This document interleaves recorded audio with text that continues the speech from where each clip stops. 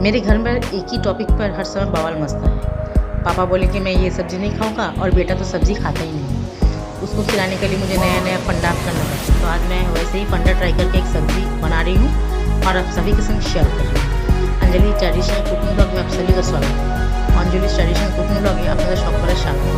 আমি কিছুটা ছোলার ডাল ভিজিয়ে নিয়েছিলাম দুপুরবেলায়, আর সেটাকে স্টিম করে মিক্সারের বাটিতে রেখেছি। আর এখানে একটা লাউয়ের মানে অর্ধেকের অর্ধেকটা নিয়ে ওটাকে खूब ভালো করে পিল করে নিয়েছি।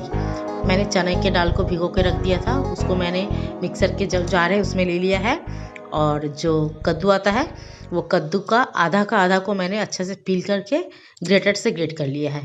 अब मैं मिक्सर के बाटी में चना का दाल और जो कद्दू है उसको थोड़ा पानी स्टेन करके दे के उसको अच्छा से एक मिक्सर में अच्छे से ग्राइंड कर लूँगी। আমি ছোলার ডালটা ভিজিয়ে নিয়েছিলাম। ছোলার ডালের মধ্যে যে গ্রেট করা লাউ আছে সেটাকে হাত দিয়ে নিগড়ে নিয়ে তারপরে আমি এটাকে খুব ভালো করে বেটে নিয়েছি। আর যদি জলের প্রয়োজন হয় ওই যে নিগড়ানো জলটা আছে সেটাই দিয়েছি। খুব ভালো করে দেখছেন পেস্ট করে নিয়েছি।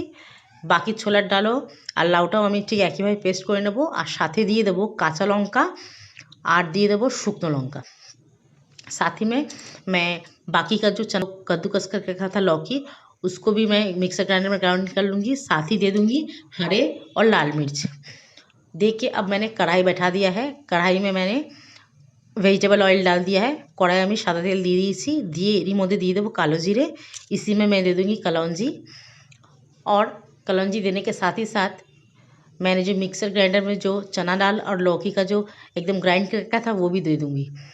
কালো জিরে দেওয়ার সাথে সাথেই সাদা তেলে আমি যে পেস্টটা রেডি করেছিলাম মিক্সার গ্রাইন্ডারে সেটা দিয়ে দিয়েছি। তার সাথে হলুদ গুঁড়ো, লঙ্কা गुঁড়ो, नून, चीनी দিয়ে দিয়েছি स्वाद মতন। कढ़ाई में मैंने वो जो चना का दाल और जो लौकी का जो मैंने बैटर रेडी किया था उसको दे के हल्दी पाउडर, मिर्च पाउडर, नमक और चीनी दे के थोड़ा सा पानी दे के इसको अच्छा से हिला के तब तक इसको मैंने पकाया है जब तक ये एक पूरा মানে কড়াই ছোঁড় না দেয়। আমি ততক্ষণ পর্যন্ত এটাকে নেড়েছি যতক্ষণ না পুরো কড়াটা ছেড়ে দিচ্ছে না। একটা পাত্রে আমি ঘি লাগিয়ে নিয়েছি। ঘি লাগিয়ে নিয়ে পুরো ব্যাটারটাকে খুন্তির সাহায্যে থালার মধ্যে ছড়িয়ে দিচ্ছি।